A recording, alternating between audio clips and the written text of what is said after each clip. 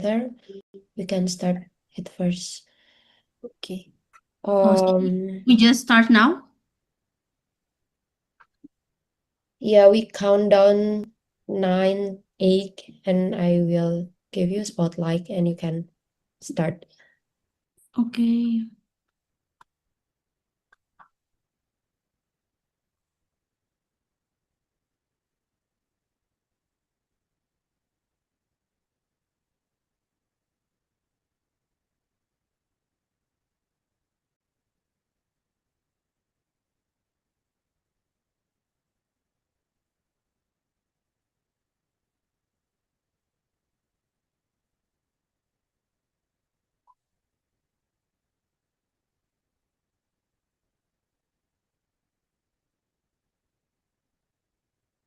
Good morning, afternoon, and evening to our distinguished guests and participants joining us from across the globe.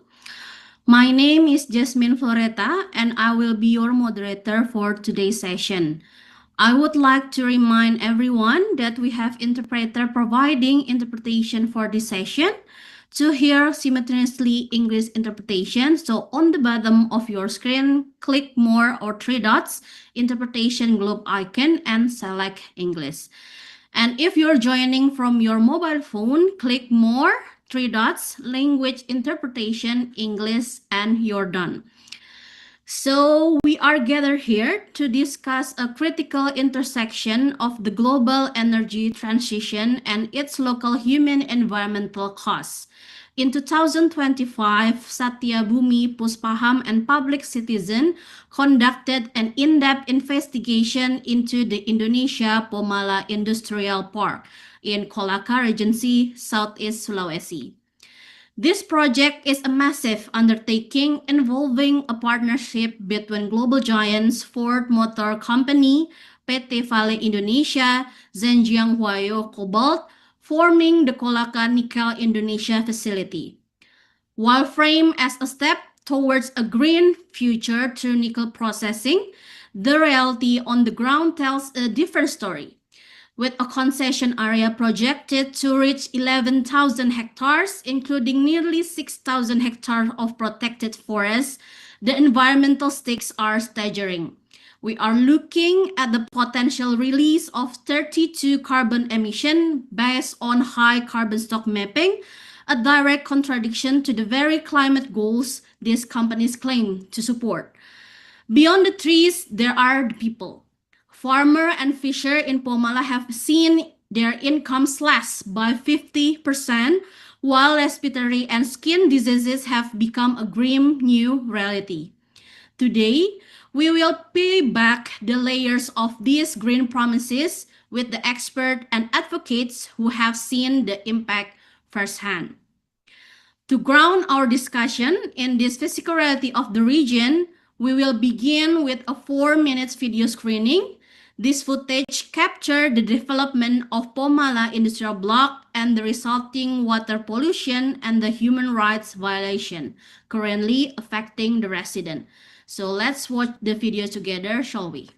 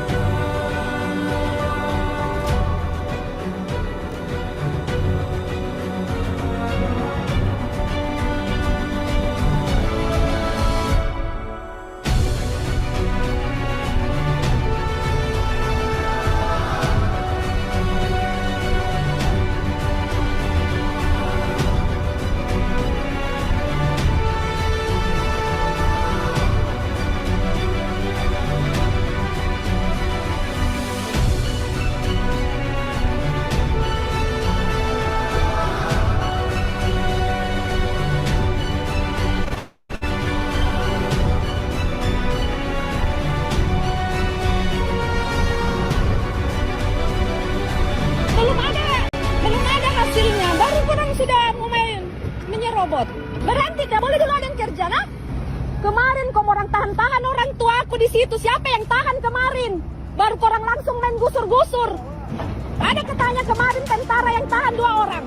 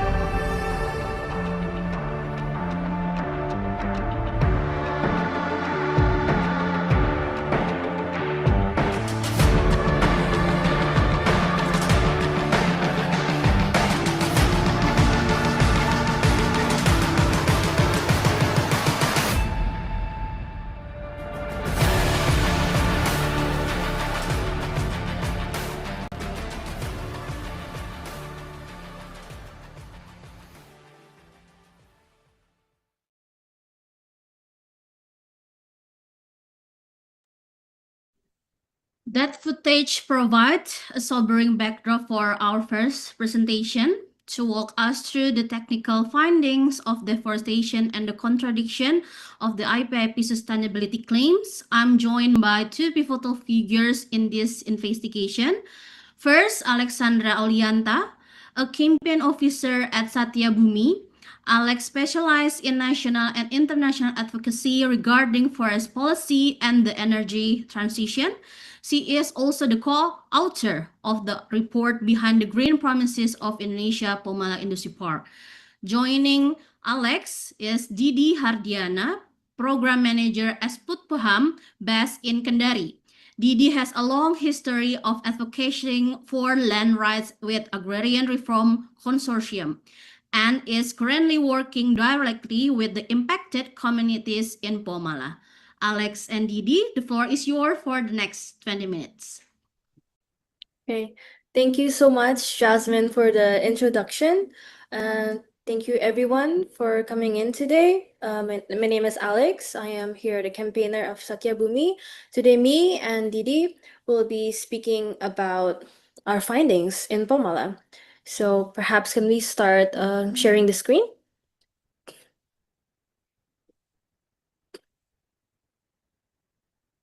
All right. Behind the green promises of Indonesia Pomalaa Industrial Park. In this presentation, I'm going to tell you why we chose this title, why the green promises. Next slide.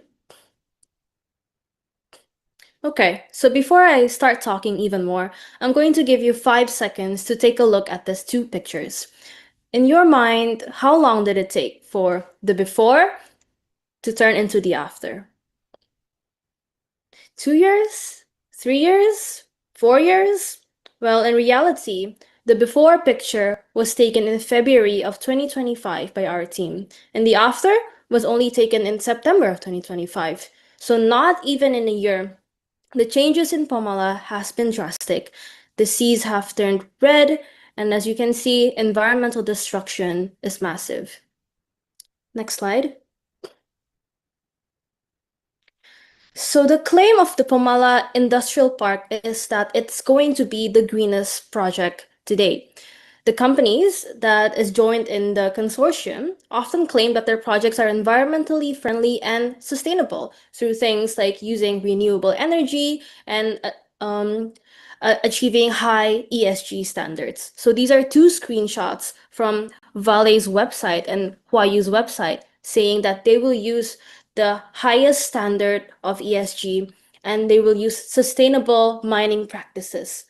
But is this really true? And is a sustainable mining really possible? Let's take a look at the next slide.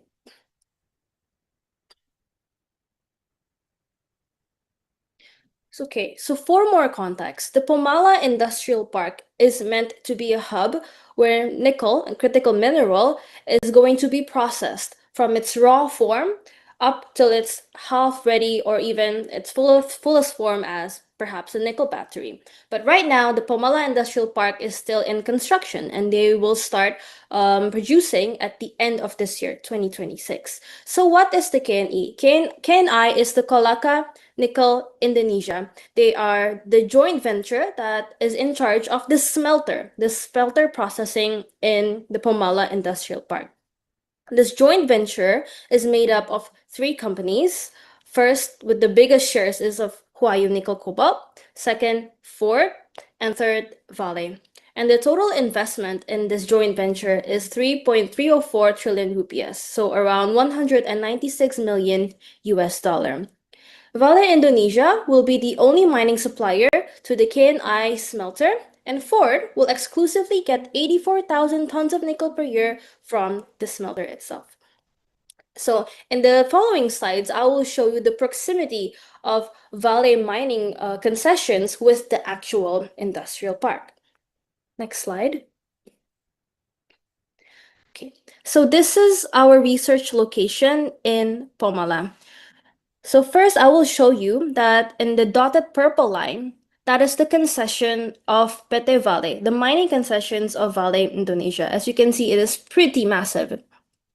On the lower left side of the map, you can see a lot of openings, a lot of white areas between all the green. That is the openings for the actual Indonesia Pomalaa Industrial Park. So you can see the closeness of the distance between the mining concession and industrial park itself. But what is even more concerning, the area lined in orange is the Mekonga watershed, and the area lined in blue is the Oko Oko watershed. These two watersheds are the main source of water for the people that live in Pomalaa. They use the water to drink, to cook, to bathe and shower, but they also use it for irrigation. Most of them are farmers and also fisher folks. However, due to the proximity of the mining concessions and the opening of the industrial park itself closely to the watersheds, a lot of environmental destruction has happened. So if you see the pictures, picture 1, 2, 3, 4, up till 8 in the slides, you can see how the rivers have turned red from sedimentation and pollution, and this causes crops to fail. My partner Didi will talk more about the actual situation in ground later. So the field investigation itself, we did it through in-depth interviews with 72 respondents from 4 villages in the Pomalaa district. And we also did a literature study consisting of a beneficial ownership mapping, company reports, and a legal and regulatory regulation research. Next slide. So the first problem that is faced by the people is land grabbing. The land acquisition process for the tenants in the Pomalaa Industrial Park is carried out by PT Rimau without any free prior and informed consent, or FPIC. So Rimau is also known to hold a 30% stake in the industrial park itself. So this is separate from the joint venture of the smelter. This is the actual industrial park. They are known to hold a 30% stake in there, and the remaining 70 is held by Huayu also. And so why do we claim that Rimau is the one who is carrying out this land acquisition that is very painful to the people? Well, it is because when the officers come in, when the security officers come and the military officers come, they usually are wearing PT Rimau attributes in their uniforms. Again, Didi will explain more about this later. Next slide. The second problem is that there is a deforestation and biodiversity loss as impact of the development of the industrial park itself. So the Pomalaa Industrial Park will expand by around 2,098 hectares. And since its designation as a national strategic project in 2022, the deforestation has occurred even more widely. And so in the IPIP KNI area, the deforestation is around 274.9 hectares. And in the Valley area, it's around 252.6 hectares.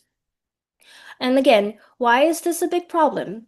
Their status as a national strategic project lends them a lot of ease, whether it's in permits and other things. So in this context, as you can see, there are some color-coded areas, and in the yellow areas there, it is a protected forest. And why are they able to do mining and open concessions in a protected forest?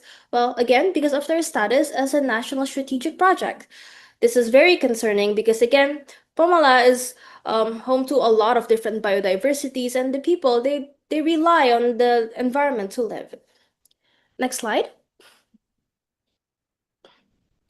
More on the deforestation. As I've previously mentioned, Pete Vale, as part of the consortium, holds exclusive mining rights in forest areas. And so the goal is to support an accelerated development of an electric vehicle ecosystem in Indonesia. So the dream is for Pomalaa Industrial Park to be this EV hub that could produce nickel from its rawest form to its final battery form. And so from 2022 to October 2025, Vale has cleared 852 hectares of land, which 77 hectares of it are located within protected forest areas. Our further monitoring found that 32% of Vale's concession area overlaps with high carbon stock areas, which plays a crucial role in climate stability. And based on this analysis, there has been a loss of young regenerating forests, low-density forest, and medium-density forest within the Vale Indonesia and IPIP KNI concessions. This has caused immediate results into the people, as they found that flooding are happening more often, which impacts their life, their crops, and their overall safety. Next slide. And the third problem that we identify is the health impacts of mining. So from our survey in these 4 villages, almost all of them describes affected from health impacts by the mining. Next slide. In this picture, you can see a toddler from Hakatutobu village, which experiences rash all over his body. Why did this happen? Well, because all of the water is polluted and they really have no way to live a clean and healthy life. All right, so that is our general finding. After this, my partner, Didi, will speak more of the realities on the ground. I'm going to give it to Didi.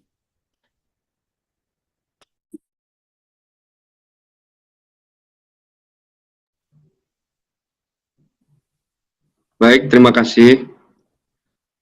Jadi memang yang disampaikan oleh kawan saya tadi Alex betul. Saya coba bicara secara fakta di lapangan karena memang saya yang lebih intens di lapangan. Jadi banyak sekali kekacauan ya di lingkup industri di Kecamatan Pomalaa, terutama di kawasan PT IPIP dan mungkin PT Vale.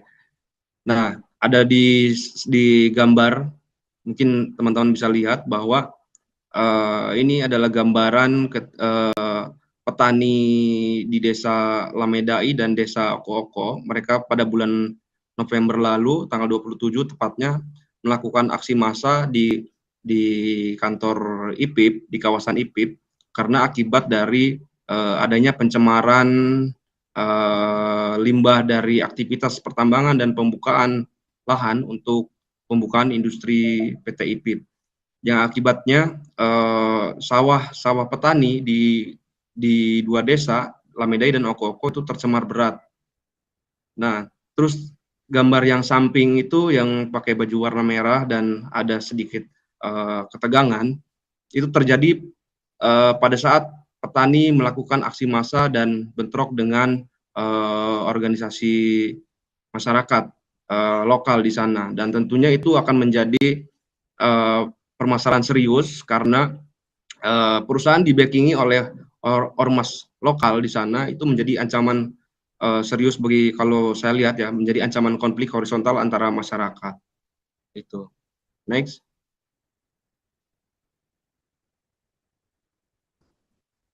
Nah, jadi dari sekilas tadi itu memang ada beberapa catatan penting ya. Akibat dari kurangnya pelibatan masyarakat secara bermakna dalam pengambilan keputusan dalam proses pembangunan industri di lingkup Pomalaa, seperti yang terjadi sekarang ini, banyak keluhan di masyarakat ketika adanya aktivitas masyarakat sejak dulu sampai sekarang itu yang beraktivitas dalam lingkup pertanian dan nelayan, itu banyak yang menjadi korban penerima dampak dari aktivitas yang ada. Nah, terus yang kedua itu pencemaran wilayah kelola rakyat memang sangat masif dari beberapa wilayah yang kami turun di lapangan seperti Desa Okoko, Desa Lamedai, Desa Sopura, Desa Hakatutobu. Itu memang banyak sekali terjadi konflik-konflik agraria, yang mana di situ terjadi perampasan lahan warga untuk pembangunan industri secara paksa. Dan juga seperti yang dijelaskan oleh teman Alex tadi, bahwa proses pengambilan lahan secara paksa itu melibatkan aparatur sipil negara yang seharusnya dalam konteks pengamanan itu aparatur sipil negara itu berada dalam posisi yang netral, tapi ternyata tidak seperti yang kita harapkan. Nah, terus dalam konteks pencemaran sungai dan di laut pesisir juga sangat berdampak sekali kepada nelayan di Desa Hakatutobu, yang mana masyarakat nelayan suku Bajau di Hakatutobu itu sudah tidak bisa lagi bergantung di hasil lautnya, karena modal yang mereka keluarkan itu sekarang sudah berlipat ganda akibat dari laut yang sudah tercemar, dan biaya produksi ongkos untuk mereka melaut itu sudah harus jauh dari wilayah tangkap yang sebelumnya dengan hasil tangkapan yang sama. Nah, terus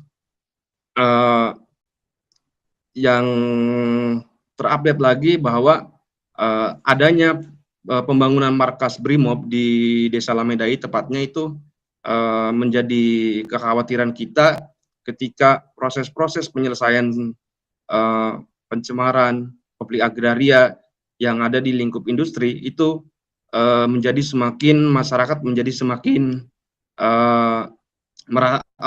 terancam ketika hak mereka tidak ditunaikan oleh perusahaan, malah berujung represif. Next.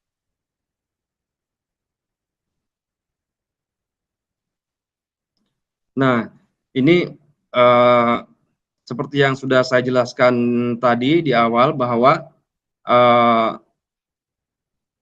petani melakukan aksi massa itu akibat dari adanya limbah dari aktivitas industri dan pertambangan, yang mana dalam konteks dua desa itu seluas 247 hektar sawah petani sudah terendam lumpur dari aktivitas pertambangan, yang mana luapan sungai yang sudah tidak terbendung karena daya dukung dan daya tampungnya sudah tidak bisa lagi diharapkan. Makanya seluas 247 hektar itu adalah wilayah terdampak dari sekitar 800 hektar yang ada luasan sawah di Desa Lamedai dan Desa Okoko. Dan totalan itu sebanyak 189 rumah tangga petani itu menerima dampak yang sangat serius. Dan mungkin ke depannya ketika lumpur yang semakin tebal di wilayah kelola masyarakat, itu ada kemungkinan bahwa akan terjadinya penurunan hasil produksi dari pertanian masyarakat di Desa Lamedi dan Oko-Oko, yang mana bukaan lahan, kalau kita lihat di gambar yang kiri, itu adalah gambar yang saya ambil lewat drone pada 3 hari lalu, tepatnya di Desa Lamedai bagian atas. Itu adalah bukaan lahan yang tepatnya di jalur aliran sungai, yang mana ketika turun hujan, jadi lumpur langsung tergerus masuk di wilayah das Oko-Oko. Oke.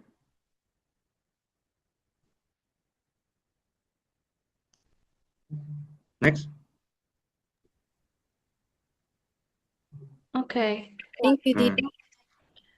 And now I'm going to just speak shortly about our recommendation. First is for the companies, and if there are any companies here in attendance, hello, welcome. We really appreciate having you here, and I hope we can discuss more later. So our recommendations is first to stop land clearing, especially those that intimidate the people and take all the people's lands, and issue a list of critical areas. There are overlaps between the critical areas and mining concessions, and that should be made transparent. Second is to stop all mining activities before FPIC processes is implemented. So people should know that what is happening to them, what is going to happen to them, what the project is going to do, things like that. So free, prior, and informed consent is very important.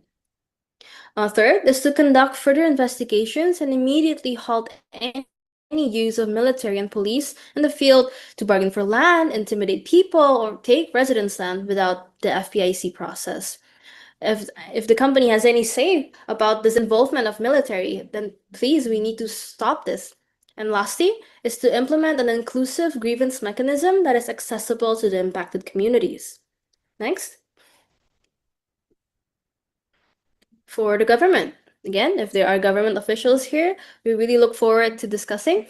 Our recommendations is to first provide medical, psychological, and economic support for the victims of human rights violation and losses in Pomalaa district.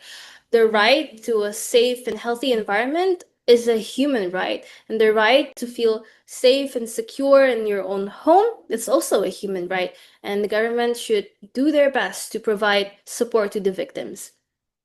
Second is to evaluate the Presidential Decree number 3 of 2023. This is the decree I was talking about that grants special treatment to several mining companies to mine in protected forest areas. Third, again, to stop the use of police and military security forces in the IPIP-KNI development process if proven to be true. And lastly, require the companies involved to improve environmental carrying capacity. And so, like in the beginning, they must have produced an environmental impact assessment. And so government should hold them accountable to the assessment that they have done in the first place. Next slide. And lastly, for the investors involved in this project is to first take action to assess the impacts that is caused or contributed to by their invested companies through their supply chain partner relationships. So as we know, nickel is going to become nickel battery or maybe other products, and the buyers of these products are, producers of the things we use every day, cars and other appliances. And so the entire supply chain, they should be green and they should be taken into account. Second is to actively engage with relevant companies to evaluate and urge significant changes to best practices, and so investors can reduce the risk of deforestation and human rights violations. Third is to provide recommendations for how to restore the environment and to stop the human rights violation happening in the Pomalaa district. And four, review the investment partnerships with companies that is implicated in environmental destruction and human rights violation if no efforts to remedy this have been made. Okay, next slide. So that is our presentation. You can access our full report through this QR code and our website. Thank you for listening, and I look forward to discussing. Thank you.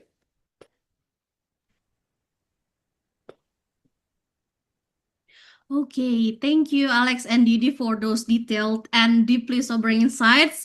Your presentation make it painfully clear that the gap between the corporate rhetoric and local reality in Pomalaa is not just wide, but it's devastating. You have illustrated that a systematic process of land grabbing occurring without any free, prior, and informed consent, where the community rights are bypassed in the name of progress, and by taking advantage in status as National Strategic Project or PNE, the IPIP has seen environmental permits simplified, leading to massive deforestation and irreversible loss of diversity. The human cost also you have highlighted is equally staggering, like the rat rash and the skin condition that have become a daily burden for families, while the heavy contamination of local rice fields and the water sources has effectively dismantled the community food sovereignty. These findings shift our discussion from a technical energy transition to a fundamental matter of human rights and corporate accountability. Now, so we have Abhilasha Bola. Abhilasha is the Auto Supply Chains Campaign Director at Public Citizen Climate Program.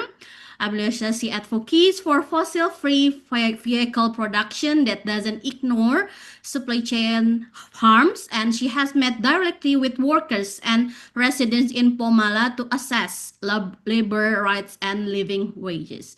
Okay, Abhilasha, please share your findings with us. Thank you.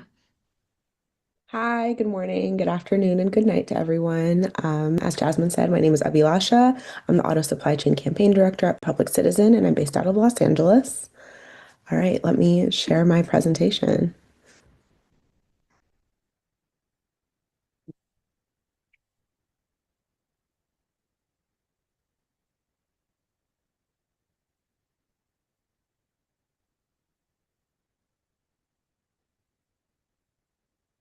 Okay.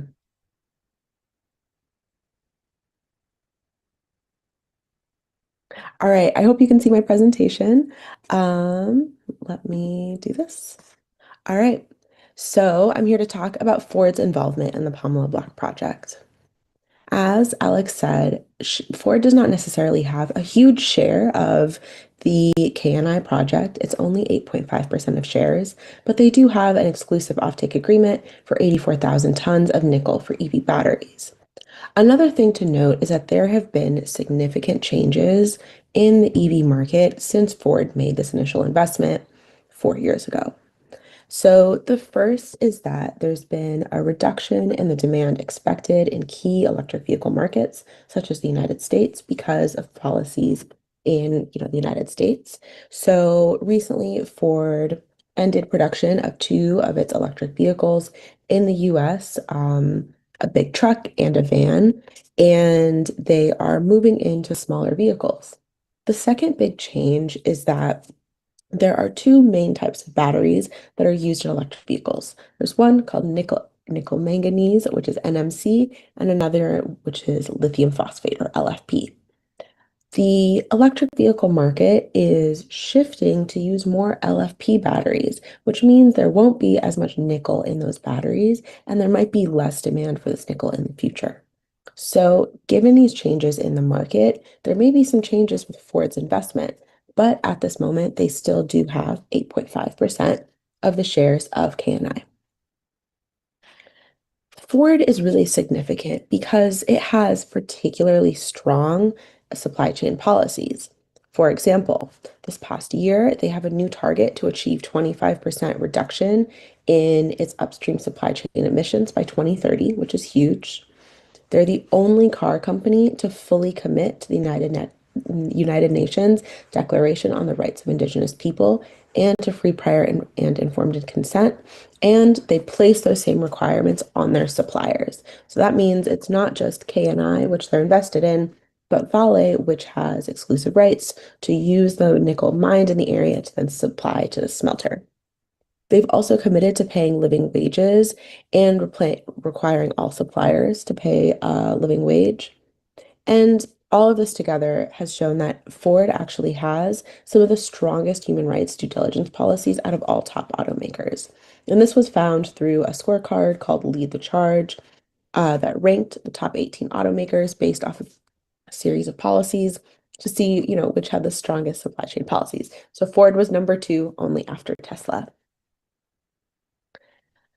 And as Alex mentioned, there have been some very strong ESG commitments at the Pomalaa Block project. The first is that there is no coal at IPIP, which is pretty huge in terms of the fact that there's a lot of captured coal at industrial parks around Indonesia, but kind of coming into conflict with Ford's commitments for 25% reductions in emissions upstream.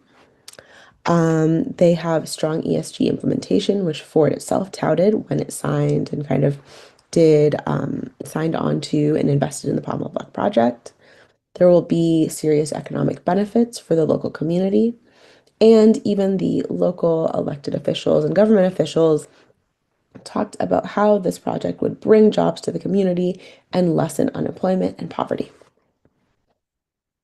But the problem is that Ford may not be meeting its own ESG policies, environmental social governance policies. So the first is on Indigenous people's rights. So I've stated, they unequivocally state that they need FPIC for before any projects can move forward, just for Ford and for its suppliers.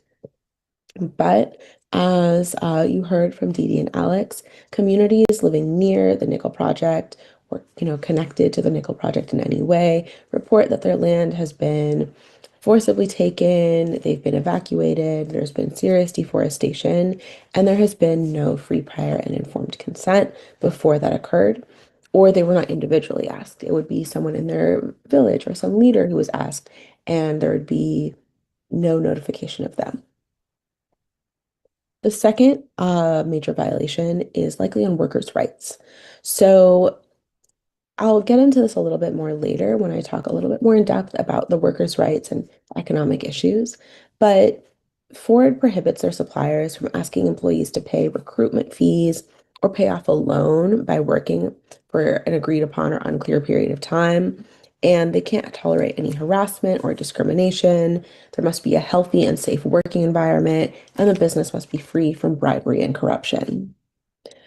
What we found when we talked to workers in the area was that workers reported receiving safety training for their jobs in construction, but there were serious language barriers between the Chinese workers and Indonesian workers, which led to safety concerns because they couldn't communicate.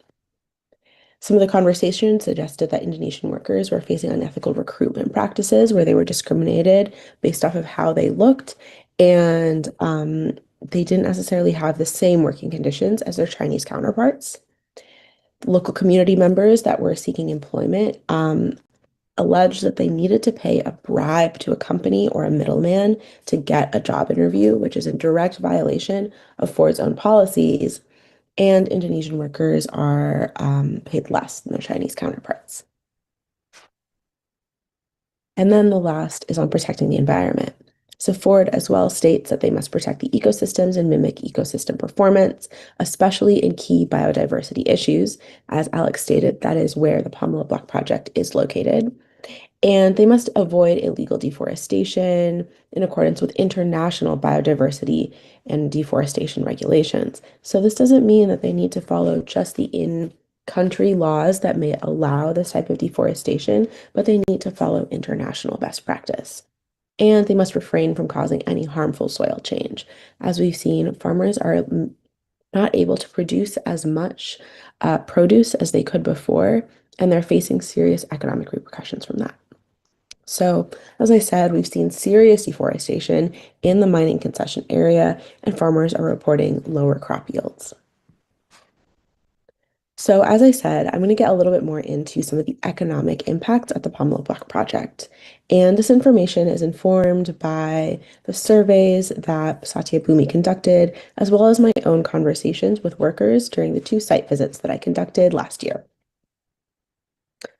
So, just to contextualize this, there have been a series of local protests and conflict, and Dee Dee got into it a little bit. So, there have been several protests or actions where residents or youth members have asked the people who are running IPIP or the contractors and subcontractors to prioritize them in the workforce recruitment process, because just because someone lives in the area doesn't mean they're going to be first considered for the job. There have been reports that they are taking people who've worked at other industrial parks in Sulawesi and bringing them into Southeast Sulawesi to work instead of hiring from the local community. And they even, it's to the point where even the elected officials are also raising some concerns, as they did in September 2025. There have also been youth organizations that have been protesting and, want to be able to access these jobs. And just recently in 2020, in January of this year, 4 foreign workers from China were arrested because they attacked 2 local workers over a salary dispute. And the attack triggered unrest in the broader community over the differential treatment between foreign and local workers.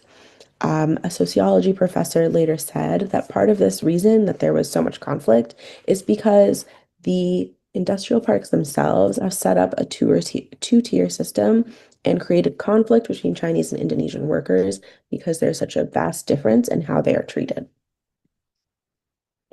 So when it comes to the workers at Pomalaa Block, there are a few key issues.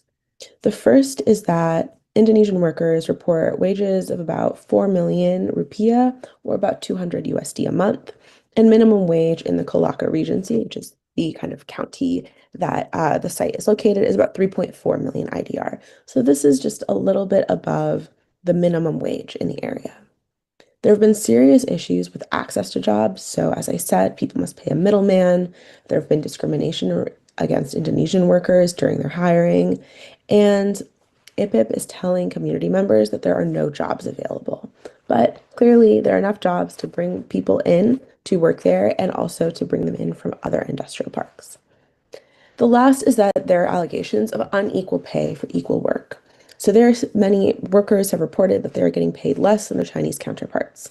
So for example, an Indonesian manager is allegedly paid 5 to 10 million rupiah, whereas Chinese managers are paid 15 to 30 million rupiah for the same job.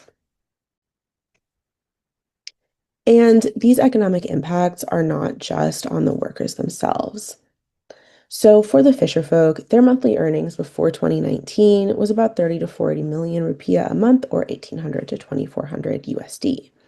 But fisher folk say they would make less if they worked at Vale than if they continued to fish. So even though all of these companies and the local government officials have said, we're going to reduce poverty in this region, we're going to create good jobs, this is going to be an economic gift to the local community, the jobs that are being created seem to be worse in terms of the income generated compared to what people were doing in the region before.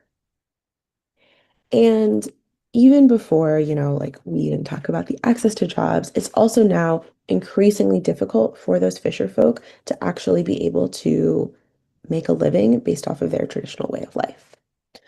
So because of the water pollution from previous mining operations, it's been impossible for them to maintain their fish and seaweed farms, which is a major source of income generation for them. And the fisher folk must now go even further out into the ocean to catch their fish. This has resulted in higher costs for them because there's rising fuel costs and they need to use more fuel to get further out. And this is creating a sense of an increased inequality in some of the communities of fisher folk, where those with motorized boats are able to go further out and actually catch fish. But if people don't have motorized boats, it's now even harder for them to make a living because there are no longer as many fish near the shore that's deeply polluted. The second kind of economic impact I'd like to highlight is on farmers near the Pomalaa Block project.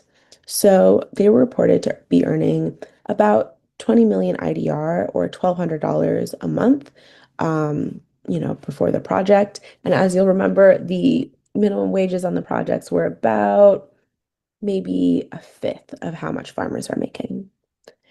And now it's even more difficult for farmers to actually make a living based off of their, what they have been doing for many years. So there have been illegal land grabs. They're forced to sell their land for below market rate. Part of the issue of this is that farmers are being told that they can only sell their land based off of the value of the land itself, not what they have built on top of that, which is the farms, and that's kind of the productive value that they have in their farm.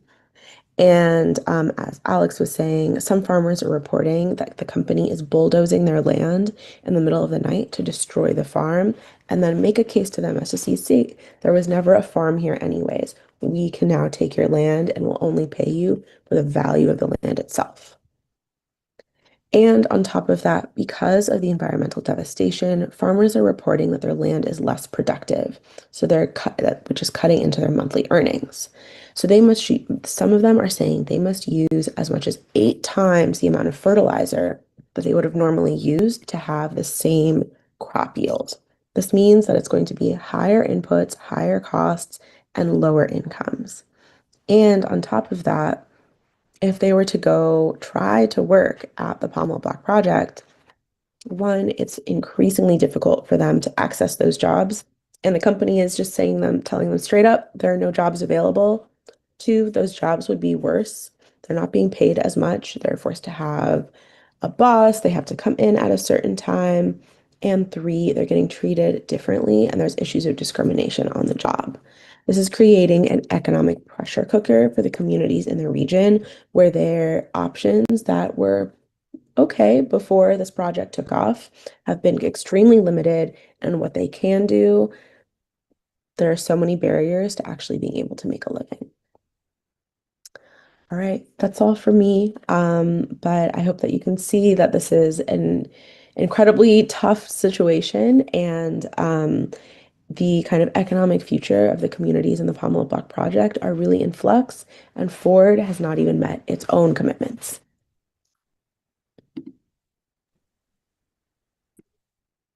Okay, thank you, Abhilasha, for that critical perspective on the corporate side of these supply chains. Your finding raised serious question about whether Ford is truly meeting its ESG commitment, particularly when it comes to the lack of free, prior, and informed consent for the local community. It is deeply concerning to hear about the unequal pay and the lack of basic workers' rights, which highlighted a significant gap in corporate responsibility. Furthermore, the alleged economic benefits of this project are clearly not reaching for local people. Instead, we see devastating impact on fisher folks who, due to severe water pollution and environmental neglect, are now forced to travel much further into the ocean just to make a living. And the same struggles also experienced by the farmers. They see the decline of the production itself. This insight remind us that the green in this transition cannot come at the expense of human dignity and economic survival. And hearing those details, to see and hear how this issue manifests in the lives of those directly affected, let's watch our next videos, an interview with the citizens of Pomalaa who are living through these very challenges.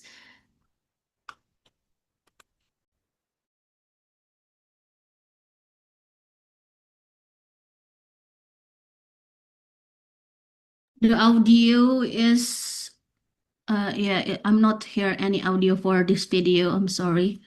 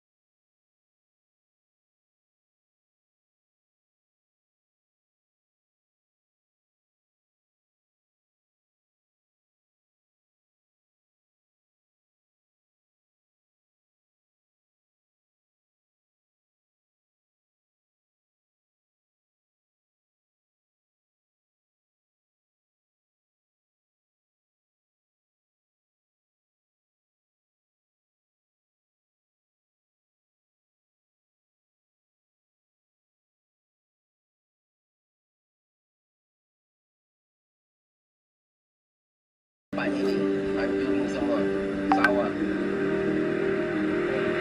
airnya merah,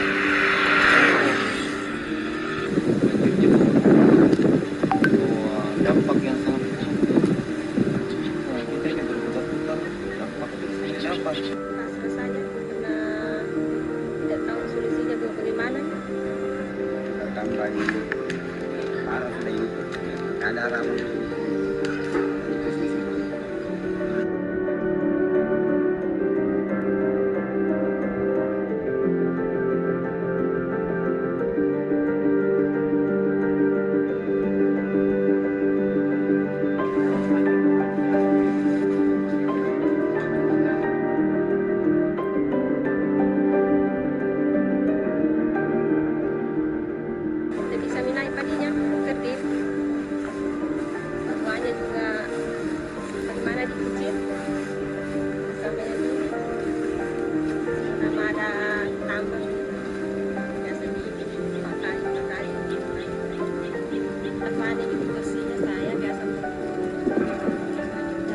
sekali panen itu.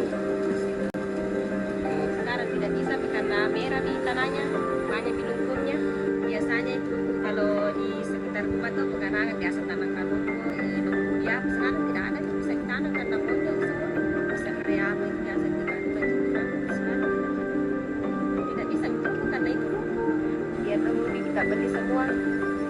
Dulunya kalau mau makan dong tidak dibeli, sekarang harus beli. Dengan pendapatan yang sekarang ini bisa memenuhi kebutuhan itu nggak sih? Atau kurang? Kami juga karena saya ini kalau malam pergi kagak ada. Kerja di mana Ibu? Catering. Catering perusahaan. Sebelumnya? Tidak. Karena kita rasa sudah cukup sebelum. Sekarang harus catering. Dan sekarang harus dibantu suami.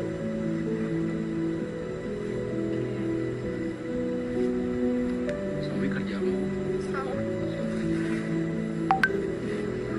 Kalau ada anak kuliah ada juga masuk di pondok. Oh Ibu, anaknya kuliah berapa orang? Satu di pondok. Maaf Bu, itu berat semua jadi berat setelah ini Perusahaan perusahaan masuk. Pokoknya urusan ekonominya Ibu itu, kebutuhan Ibu itu, anak sekolah, dapur itu menjadi berat. biasa kalau belanja tuh di dekat rumah saja bisa dijual dong dia apa sekarang.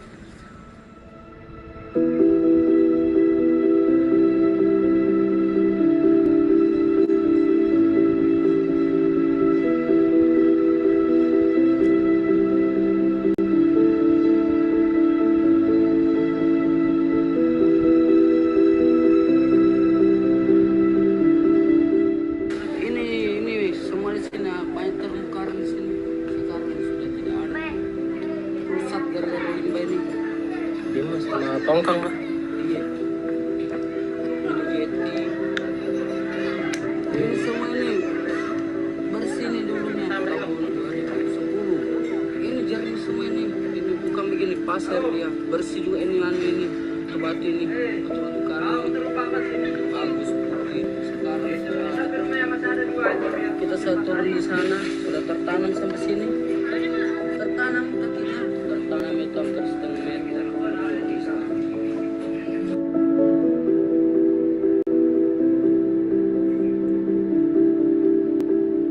Ini dampaknya ini limbah ini masuk menghalangi pekerjaan ini seperti nelayan dan dulu-dulunya sebelum ada limbah kan dekat-dekat orang mencari bagian sini. Setelah adanya limbah kita semakin jauh mencari karena ikan sudah jauh semua. Tidak ada ikan mau dekat-dekat karena sudah kerugi airnya apa gara-gara limbah. Dan dulu-dulunya ke bagian sini kita harus mencari. Ongkos sedikit sudah bisa nih. Tapi sekarang ini tidak bisa nih kalau ongkos sedikit, ongkos banyak nih. Kalau di luar pura-pura mencari. Dan dulu-dulunya sebelum ada usaha kan bagian sini kita mencari. Ada solar tadi pagi tes ikan bisa nih. Sekarang ini memang 10 liter paling kurang 7 liter tanpa tambahan bisa sampai ke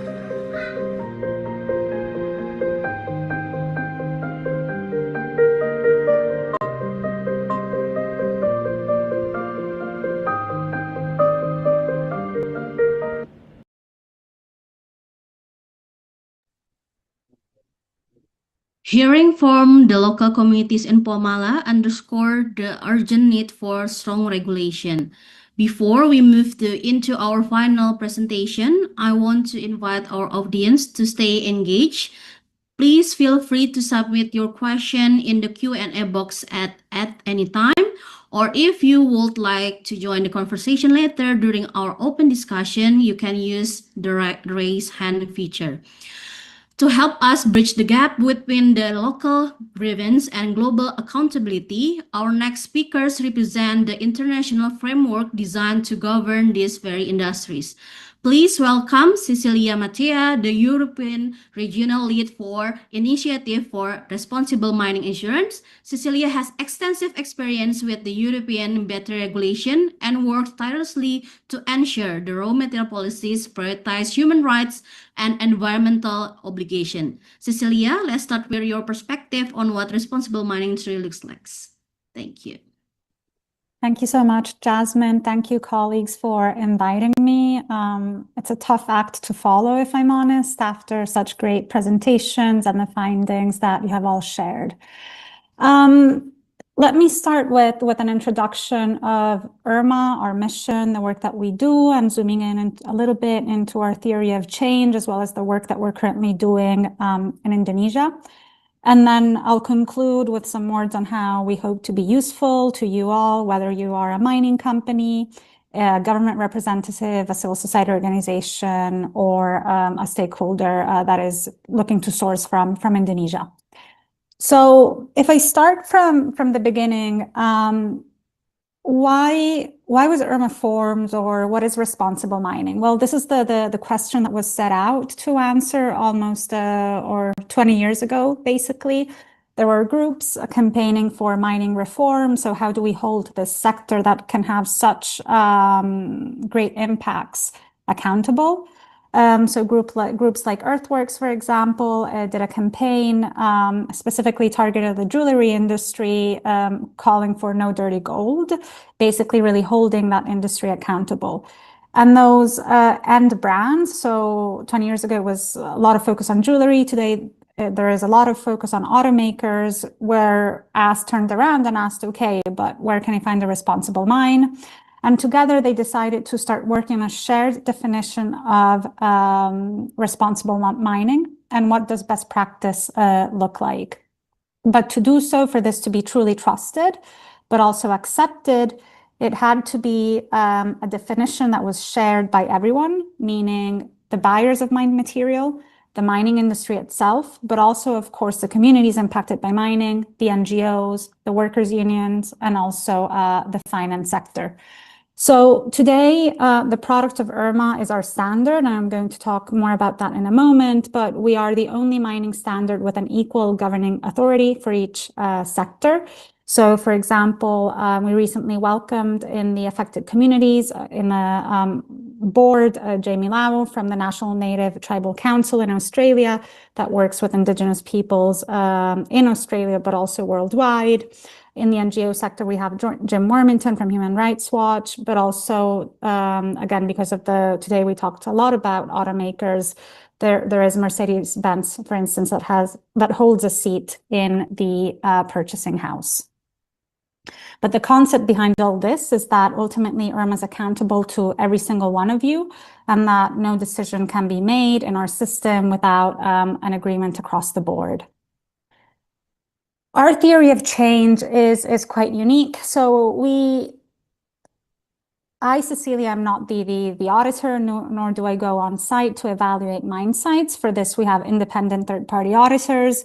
Yet the audit reports are really what we work around and what we hope our system can deliver in terms of change.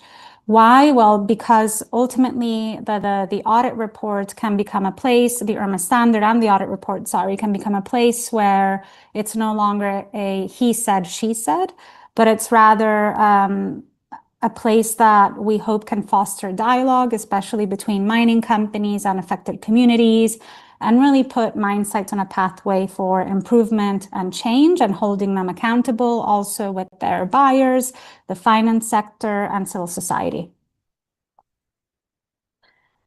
As I mentioned, as I touched upon, the IRMA standard is really this comprehensive definition of what is responsible mining across 26 chapters. So these chapters go from FPIC to grievance mechanisms and the accessibility of those, to, of course, worker health and safety and what are the rights of contracted workers, but also subcontracted workers, for example.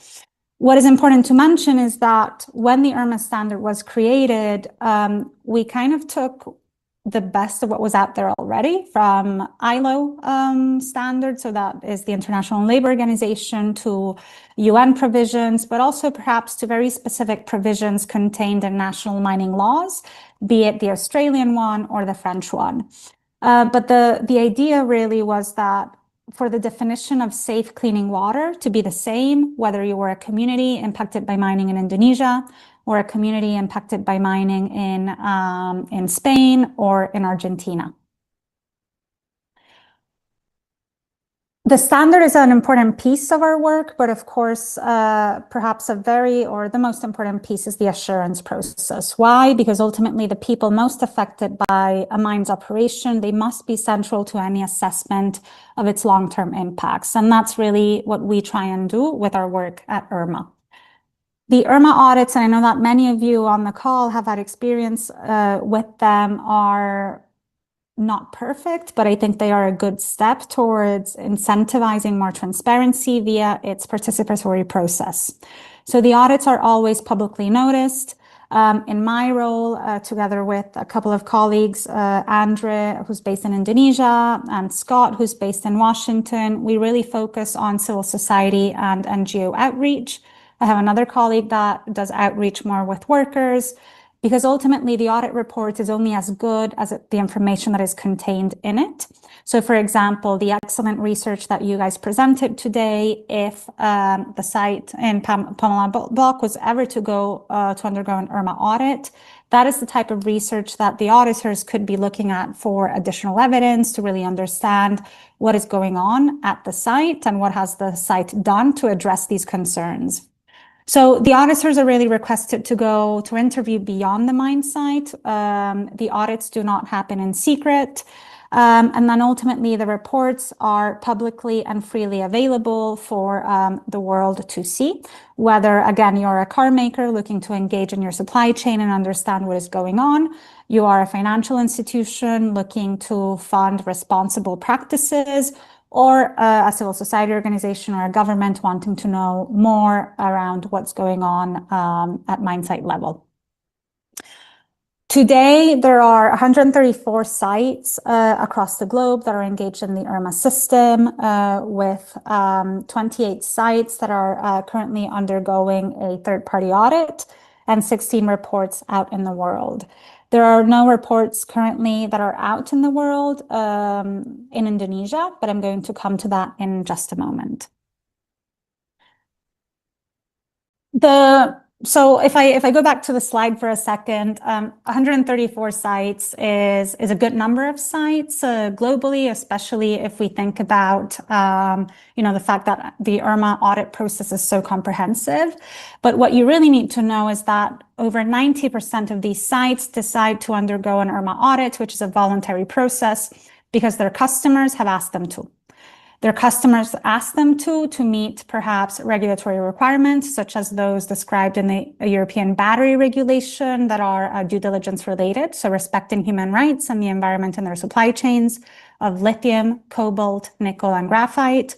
The customers may do so because they have genuine concerns around the impacts or how a supplier is performing. Or they may do so because they do not want to be associated with harm, whether it is around a cobalt mine in the DRC, a lithium mine in Argentina, or a nickel mine, of course, in Indonesia. So you will see here in terms of purchasers that IRMA has had a lot of traction with car makers. So including Ford, for example, is a member. You will see a few tech companies from Google to Cisco and Microsoft, as well as jewelry companies and renewable energy companies. What is important for you to know is that when a purchaser enters IRMA, it doesn't necessarily mean that they have their supply chain fully mapped out, but they are really looking at taking collective action. With that collective action, they are able to put greater pressure on mining companies globally, because the reality is that most mining companies today do not want to undergo an IRMA audit. But also it's an opportunity for those mining companies to provide greater assurance and transparency to their customers. And so that's kind of the tension that is happening. So these automakers may engage with their suppliers directly, telling them, hey, we would like you to start engaging in this process and to be assessed against the IRMA standard in X number of years. Or they may actually not know which mining companies are in the supply chain, so they decide to take collective action, such as writing a letter to over 200 mining companies globally, asking them to engage with IRMA. So if I look at Indonesia specifically, there are 3 specific mine sites that to date are engaged in the IRMA system. Harita Nickel is the first one on Obi Island, the on-site audit. So the IRMA auditing system, I should have mentioned this at the beginning, is divided into two stages, two steps. The first one is a desk audit review. So the auditors review all of the information that the mining company has submitted. They engage with stakeholders. They also review external reports, such as the one that you all published with regards to Pomalaa Block. And then they go on site, which is what I described earlier. After that process is completed, the mining company can choose two pathways. One is to publish the audit report in full as it is. And to give you an idea, I mean, an IRMA audit report is averaging between 200 and 300 pages easily, just because it's not a summary. It's like everything is out there. Or the second option, which most mining companies tend to take, is undergo a so-called optional corrective action period. So Harita Nickel is currently in this stage. The OCAP, or optional corrective action period, is an opportunity for the mining company to address nonconformities. The auditors will have found that sites are nonconformant in a number of places. That, for example, can be from how they handle biodiversity, to grievance mechanisms, to water management systems. So this is a really unique moment where, to put it in the word of sustainability professionals in the mining world, they have the time pressure because they can take only up to 12 months. They have the leadership buy-in because this is a public process and they sort of have to do it, right, in the face of the world, but also with their customers. And then they have funds unlocked. Very often, I mean, we think about mining companies as these, and rightly so, as these companies with a lot of cash and resources. But sometimes the sustainability teams are actually not well staffed or resourced. So this is a unique moment where they can address things because there's actually this audit report and because they're being scrutinized in front of the world. The second site, so Harita is in this phase. The second site is PT Valley in Sorowako. So the on-site audit happened over two periods. The first one was in December, and the auditors went back for additional stakeholder engagement, specifically with the communities, in February. So currently we are awaiting on the draft report to be shared with IRMA and with the site. And then the site will have to make a decision on whether to go ahead with an optional corrective action period or to share the report as is. And then the third and last site that is currently publicly engaged in the IRMA system is Weda Bay Nickel, which is a joint venture between Tsingshan, Eramet, and the Indonesian government, I believe. And that site is publicly self-assessing. So that means that they cannot make any claims related to IRMA. It's like an auto evaluation. So they're looking at, okay, this is where I'm at, but they haven't yet moved to independent third-party audit. And that is really the key stage when external auditors come in. And then lastly, in Indonesia, these are some of our members. So thank you to all the stakeholders that are engaged in IRMA, whether they are workers' unions, an NGO, a community, because it's ultimately with your support and your work that change actually happens on the ground, with your engagement in the audit process, with the government to improve the law, or holding other mining sites that are not yet in the IRMA system accountable. I just wanted to highlight, just because there are a lot of stakeholders based in Indonesia, that IRMA has an open grievance mechanism that you can find on our website, because what we really want to do is both the audit reports, they offer an unprecedented level of transparency. We want to make them accessible to everybody. We want to make sure that auditors speak to everybody, but also we know that this isn't a perfect system, that ultimately auditors are human, the IRMA staff is human. So if there are changes, things that you want to raise, if you've participated in any of these audits, we want to hear from you. But also as we think about the future, right? And how do we engage with other mining sites? Now, that was my last slide, so I'm going to stop sharing, but perhaps I just want to reflect on a couple of the findings that were shared here today. these are very serious findings, and we do hope to see. Our aim as IRMA is never to, it's not to provide a certificate. In fact, we don't even talk about certification at IRMA, that a mine site is perfect or to validate it.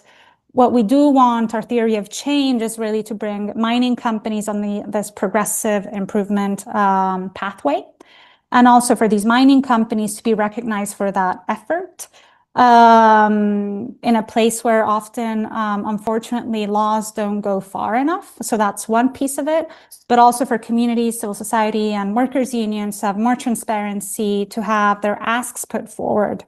So in the case of the industrial complex that you all have been looking at, there are a couple of options that we could foresee. We could foresee, for civil society to use the IRMA system as a tool, asking that specific site to engage in the IRMA process. At IRMA, we have a national level forum where we discuss how can we support our members, from NGOs to purchasers, to implement change in Indonesia, for example, or in other jurisdictions. And the work that you guys do, the research that you've just presented, helps us as well make a stronger case internally as well as externally. So thank you.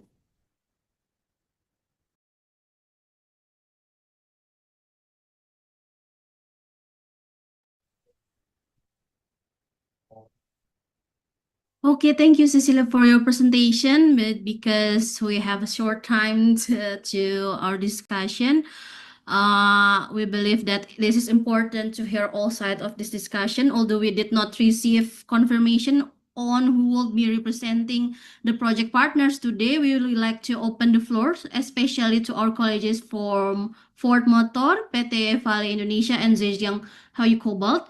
If you are in attendance and would like to provide a comment or a response to the findings shared today, please feel free to use the raise hand feature or speak to the mic.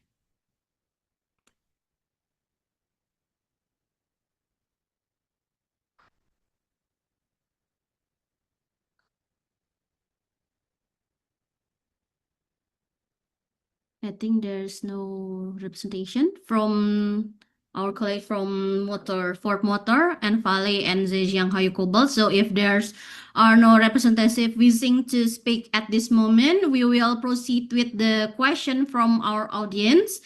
We remain open to their inputs should they wish to join the discussion later. So thank you for joining us for sharing that narrative. We truly value having all stakeholders present in this conversation.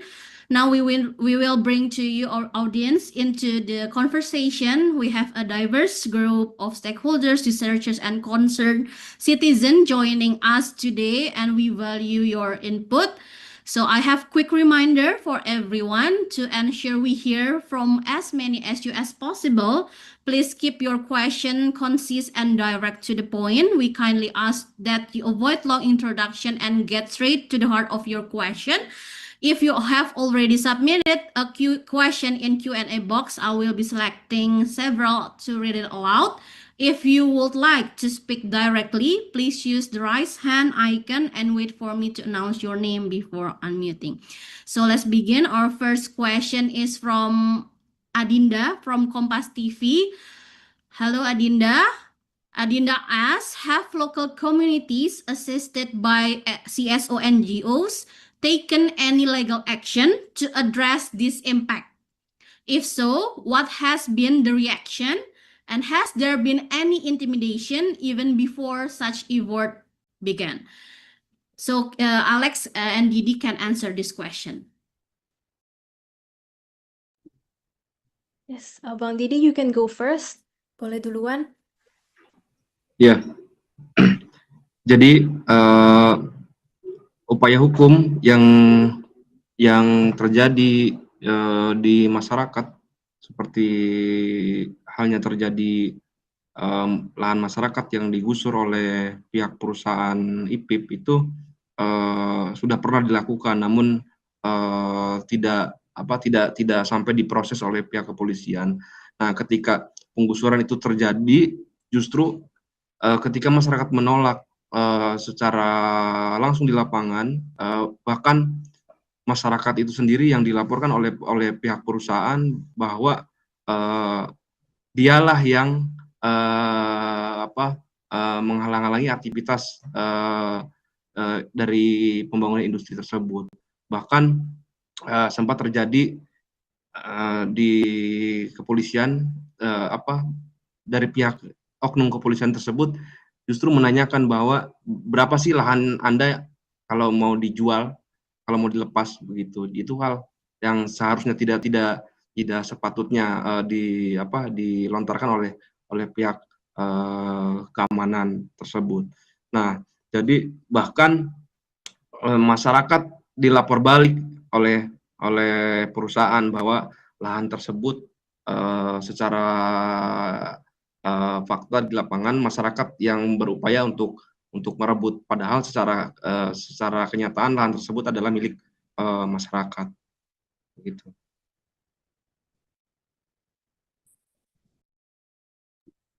I think Didi has summed it up very well. I would just like to highlight that in our report, there is one story about a community member that was criminalized by the companies because he tried to defend his own land. It was a clove farm plantation. And when he tried to defend it from being taken by these companies, he was criminalized. So often, communities are not able to do legal action first because even way before that, they have already faced various forms of intimidation. Thank you, Alex and Didi. Adinda, is that okay from your perspective? If there are any question from you, or is it enough?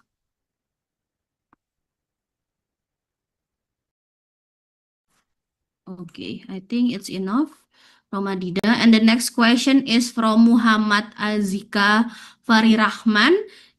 For Cecilia, how can IRMA standards benefit the host government for projects not complying with FTIC standards? Yeah, Mohammed, thank you so much for that question. It's an excellent question. I actually see that my law and policy director is on the call, so if she wanted to come in, she was welcome to. But in short, our ambition at IRMA, and I should have mentioned this at the beginning,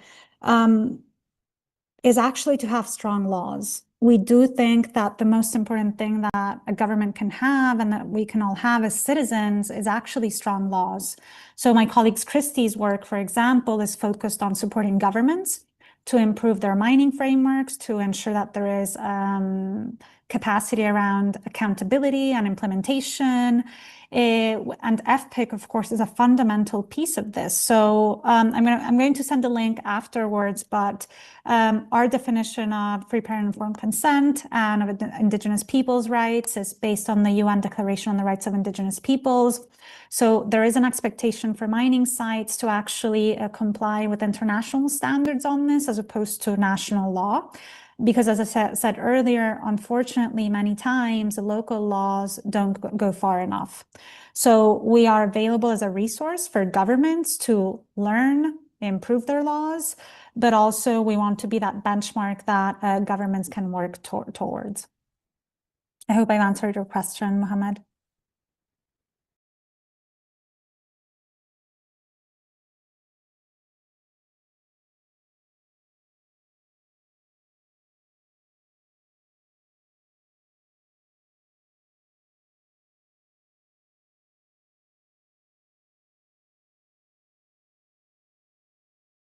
Okay, thank you, Cecilia. So there's a next question from, can I have your name, anonymous attendees? They ask that I read the Satya Bumi report on the Pomalaa block case, which describe numerous instances of land grabbing by IPIP through the company PT Rimau. This did not only occur in the village of Oko-Oko, but also affected other villages such as Lameday and Sapura. The community's land was seized without any compensation process. My question is, to what extent does this research respond to the land grabbing cases that occurred in Pomalaa? Are Satya Bumi and Puspaham involved in the advocacy process?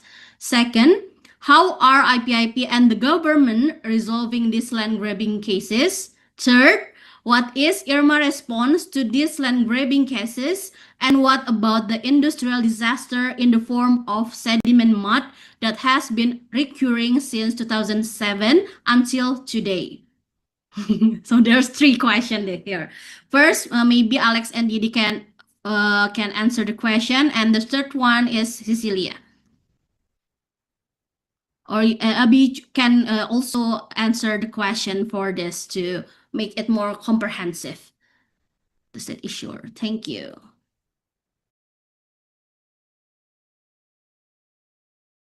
Bang Didi, I'll let you answer first, and I can add later. Ya, oke. Jadi proses dari penyelesaian konflik agraria atau penggusuran secara paksa tanah-tanah masyarakat kebun itu memang kami ikut terlibat dalam proses pengorganisiran di masyarakat, yang lebih spesifiknya di wilayah Desa Lamedai dan Desa Oko-Oko dan Sopura. Tetapi secara fakta di lapangan bahwa penyelesaian kasus perampasan tanah ini masih terus bergulir ya, meskipun kasus-kasus sebelumnya itu belum terselesaikan atau diselesaikan oleh pihak perusahaan IPIP maupun Rimau. Nah, karena masyarakat beranggapan bahwa penyelesaian atau ganti rugi yang ditawarkan oleh pihak perusahaan itu tidak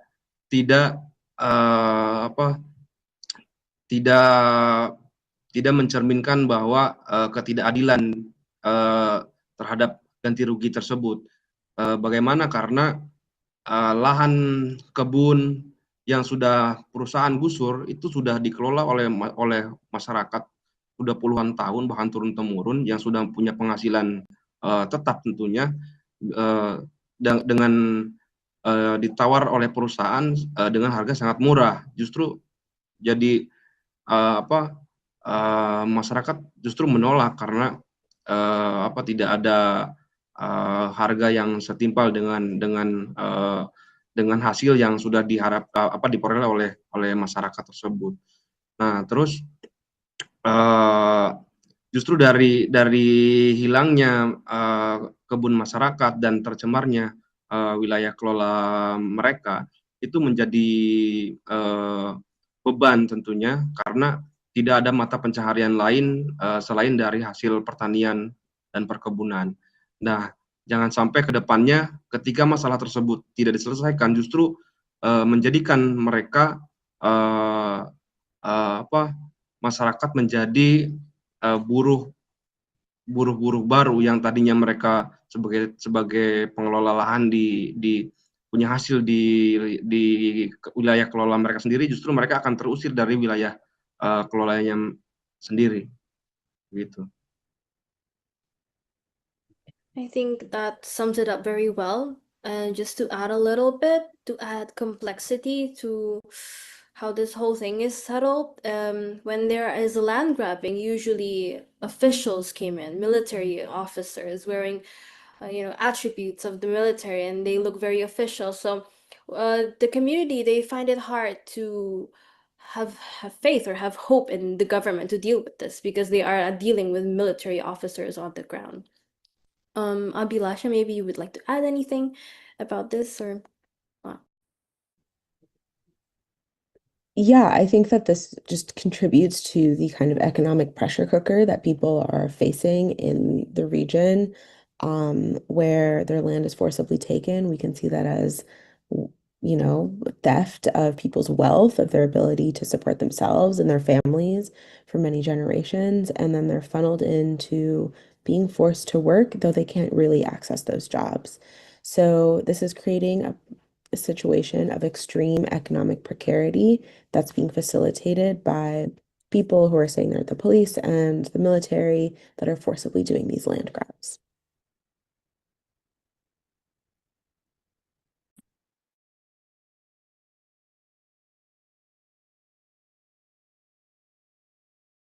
Okay. Cecilia, maybe you can answer the third question. What is IRMA response to these land grabbing cases? And what about the industrial disaster in the form of sediment mud that has been reoccurring since 2007 until today? Cecilia? Yeah, absolutely. So Vermont does not directly audit mine sites, meaning it's not me, Cecilia, that goes to Sorowako or Obi Island, but it's actually independent third-party auditors that assess basically the level of conformity with the IRMA standards and basically determine the audit results. So I am not right now in a position to comment on the performance of individual sites or specific findings in the absence of a finalized audit report. So that would be the case for Harita and PT Valence or Waco. What I can say, however, and ultimately that it is important to note is how does the IRMA standard perhaps define these instances? So both around security arrangements. So how does the mining site deal with both private and public security forces? Have they been trained? Do they use armed, do they have guns or don't they have guns? How does the IRMA standard look at corruption? How do we look at, in the case of mudslides, for instance, around water discharge, as well as tailings management, etc. These are all important things that ultimately the auditors go and evaluate. But as I said, unfortunately, I cannot comment in a position to comment on this specific case. Okay, thank you, Cecilia. So there's someone who raised hand. We have question from Stefano. Please, Stefano, feel free to unmute and share your question here. Hello, hi. Nice to meet you again, Didi, and all the Satya Bumi team. So I'm a freelance journalist. I am based in Brussels, and I had the chance to see on the field what's going on. I joined the Satya Bumi press tour to Pomalaa and also did some field reporting in Morowali and Sulawesi, covering some nickel mining concessions, and also done some research on the EU legislation and IRMA standards. So I have a kind of a couple of playing the devil's advocate questions. So on the EU legal framework, as I understand, the EU battery regulation incorporates the OECD guidelines, which require companies using nickel in their supply chain, like automakers, to commit to protect biodiversity and forest, even though the nickel comes from a mining concession which have a legal permit to clear forest, even in protected areas. I spoke with the European Commission spokesman, and they said that the companies, according to this provision, the automakers, the end buyers, they need to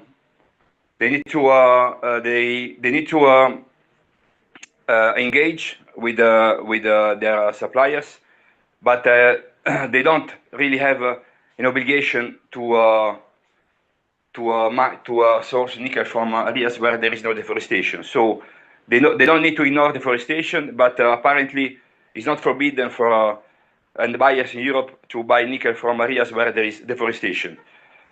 And according to the IRMA standards, there is a set of hierarchy actions that should be taken by mining companies. I just summarized in a very oversimplified way. So the first is prevention, then is remediation, and the third is offset.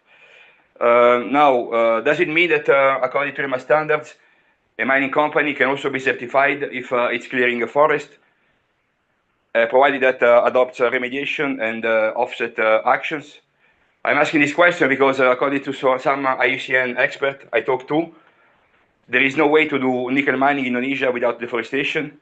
All the nickel is in the topsoil, so basically deforestation-free nickel doesn't exist in Indonesia. It's a kind of utopic approach to certify mines. And also when there is a forest which is cleared, try to compensate for the lost forest with restoration actions, doesn't deliver the same kind of habitat which was lost.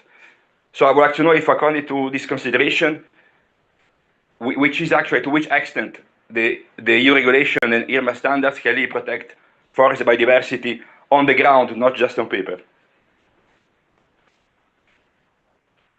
Jasmine, do you want me to start? Please, Cecilia. Yeah, Stefano, that is a great question. So let me break it down a little bit. As I mentioned in my past previous working experience, I led an NGO coalition on the EUBR. So I'm very familiar with the regulation, the due diligence provisions, and also like some of the shortfalls that or the mistakes that we made as a civil society coalition around the specific definitions. So indeed, if I look at the biodiversity elements of the due diligence, environmental due diligence aspects of the EUBR, it talks about biodiversity included but not limited to damage to habitats, wildlife, flora, and ecosystems. So going back, if I had a time machine and I were to work on this again, I would also perhaps increase protection of forests specifically, because we know that this is something, one of the biggest harms that nickel mining in Indonesia specifically, but also mining in other parts of the world produces. Now, the IRMA standard is not a proxy to due diligence, right? It's one tool that automakers, companies can use to inform their due diligence process. Now, any company mapping their supply chain and knowing it is sourcing from Indonesia ultimately is going to include a couple of, when you do a due diligence process, you cannot, I mean, in a perfect world you could, but it's hard to like address all of the issues. So what companies do actually look at the saliency, but also what are the highest risk issues. And if they are to source from Indonesia, then obviously biodiversity, indigenous people's rights, workers' rights, waste management, these are some of the most prominent issues, as opposed to, for example, perhaps child labor or other elements that are included in the EUBR. I'm just looking at them right now, but I think, if I were to like highlight a few, I think, and I see Abhilasha nodding, hopefully to what I'm saying. So I think the answer that the Commission gave you, it's not wrong, but it's very process oriented as opposed to like what actually happens when companies are looking at the risks. So the expectation, I would say, and here I'm not talking from my IRMA experience, but from my experience as a professional in the human rights and environmental space in mining, is that yes, companies will engage also on these important matters and look at how to minimize impacts. Now, if I zoom into like the conversations that you've had with experts on this, I would agree. I mean, at IRMA, we don't say ever that mining is green or sustainable. At best, it can be responsible. Why? Because mining is an industry that inherently it will always have impacts because it's an extractive industry. So in the case of Indonesia, it means that there will be deforestation. Now, the question to be asked is, can we actually dig an archipelago country to the bottom of the sea? Personally, I don't think we can, and that's why certain safeguards are particularly important around the protection of indigenous peoples, of forests, of uncontacted tribes, to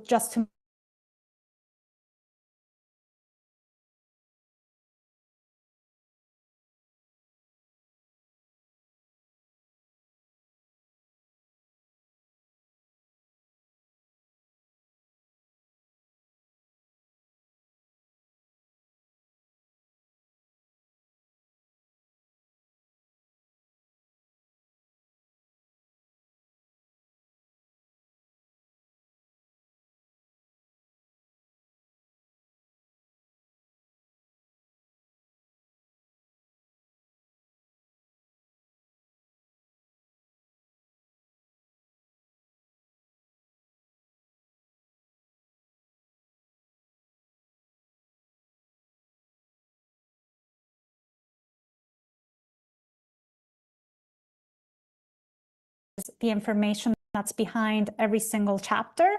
And then for groups like yourselves, journalists, NGOs, to go and look at, okay, in the biodiversity chapter, what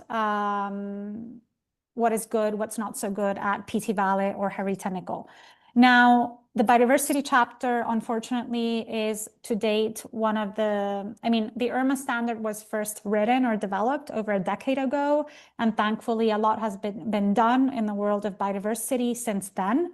Why do I say this? Because we're also in the process of reviewing our standard, and we actually, the biodiversity chapter is one of those where we hope to see many improvements, specifically also around the management of forests.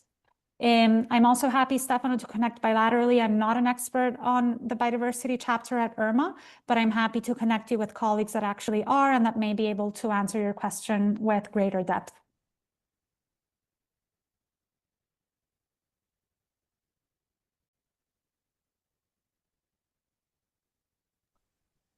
Okay, thank you, Cecilia. We really appreciate the depth and clarity of your answer. So Adinda also raised her hands. She wanted to respond to the question she asked earlier. So Adinda, can you open your mic and please respond the question you asked earlier?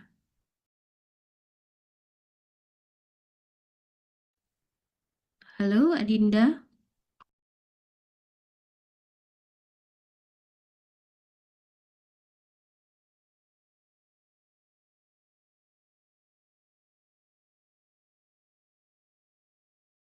I think Adinda is not giving a permission to speak. Adinda, hello? Can you open your mic?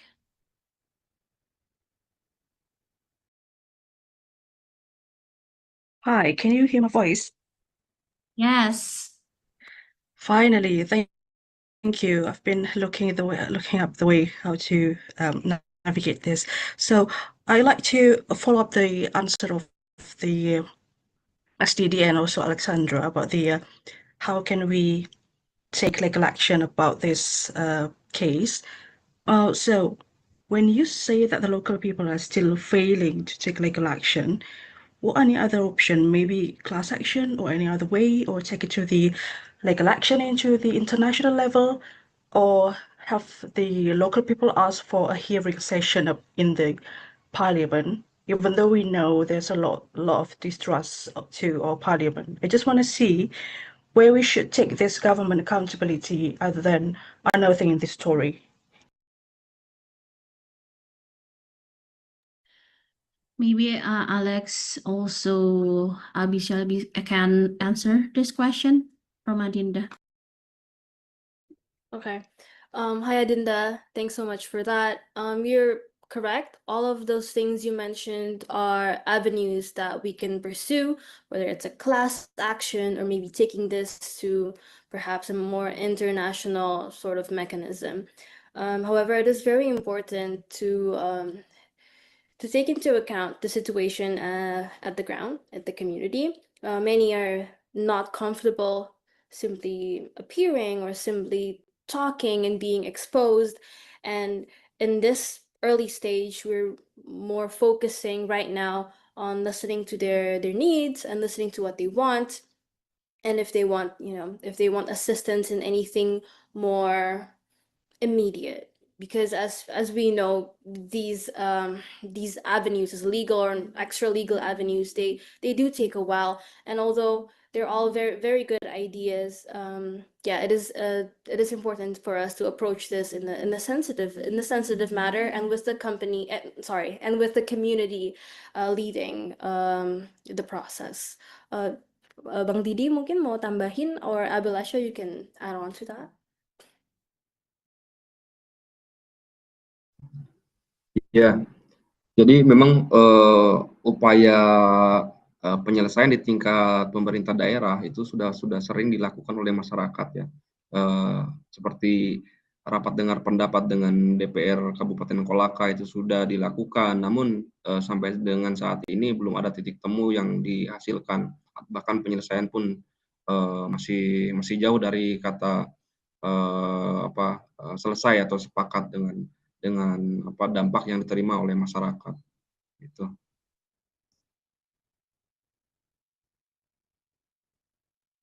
Thank you, Mas Didi and Alexa. Abilasa, you want to add some answer from Adinda?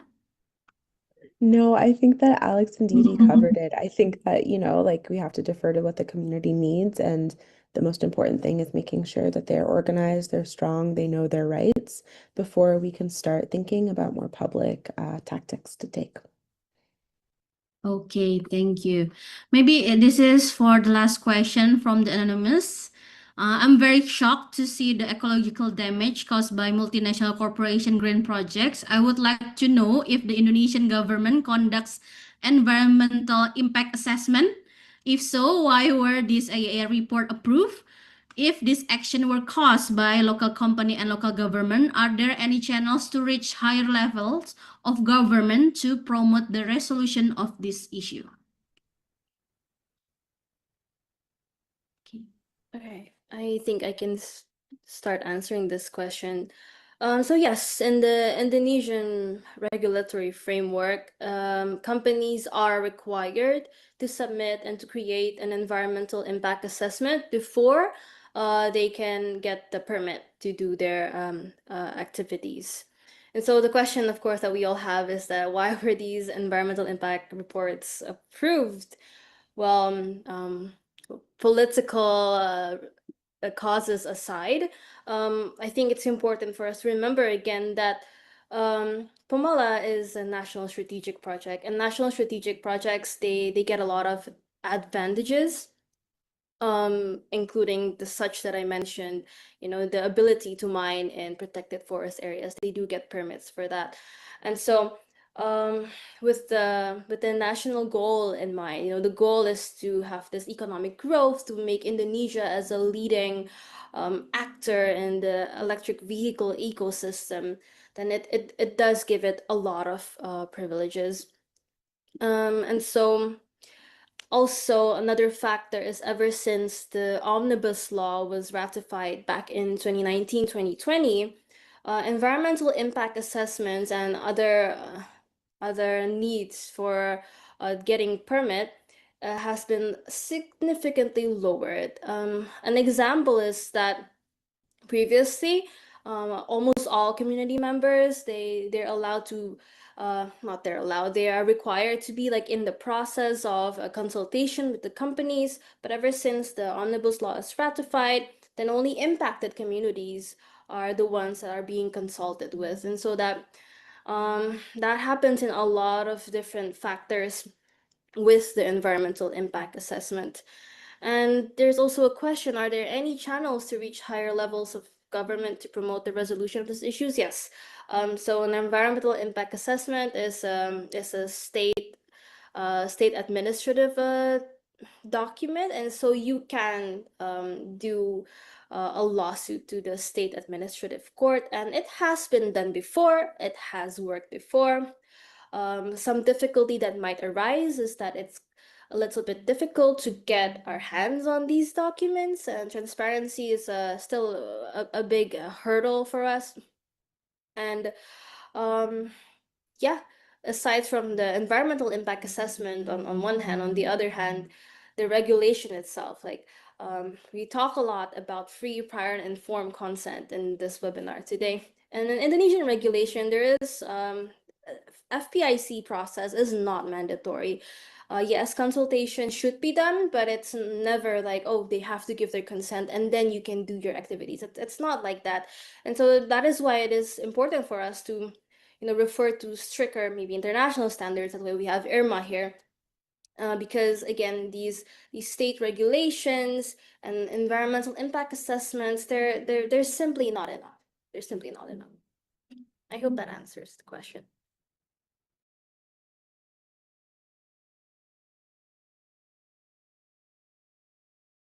Okay, Didi, can you add on, or you want to add more details on Alex's explanation, or it's enough?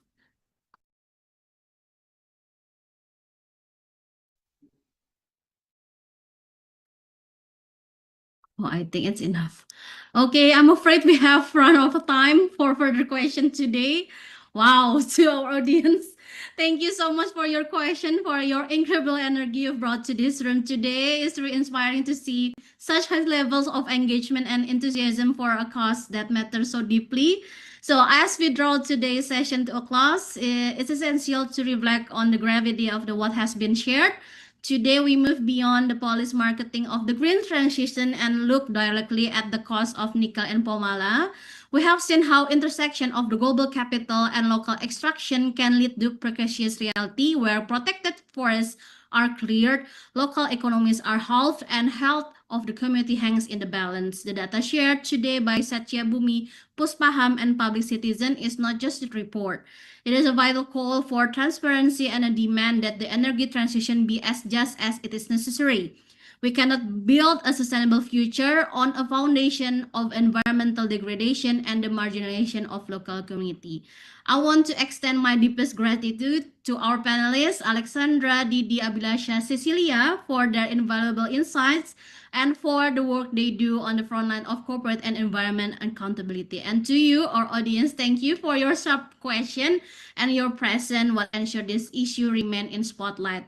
Before we depart, please remember to download the full investigative report and the presentation materials via the links or QR code currently displayed.